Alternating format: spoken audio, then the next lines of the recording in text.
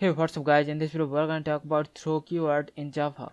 Throw is a keyword in Java and that can be used to explicitly throw exceptions in Java. Like an example, we have one try block and from inside the try block we can explicitly throw one exception by using the throw keyword. So first you have the throw keyword followed by one new instance of the exception object, and this way we can explicitly throw one instance of the exception object. And to handle that exception, the enclosing try block's catch statement will be referred, and if there is one match between the thrown exception and the parameter of the catch block, then the code inside the catch block will be executed to handle that exception.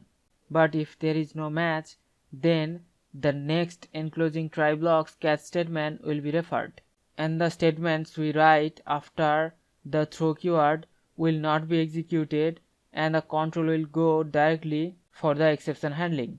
And the thrown object must be a throwable object or a subclass of the throwable. The Java runtime exceptions has two constructors, one with no parameter and another one which takes one string as a parameter and which is used to describe about the thrown exception. So in this example program we have one try block, and inside the try block we are using the throw keyword to explicitly throw one new instance of the arithmetic exception along with one string divided by 0 to better describe that exception object.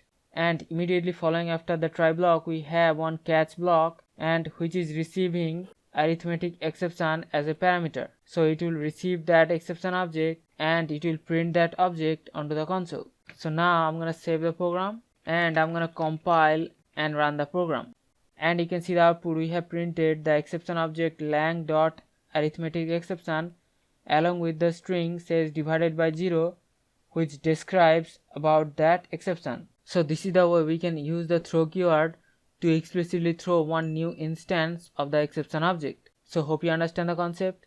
We'll see you in the next one. Thank you.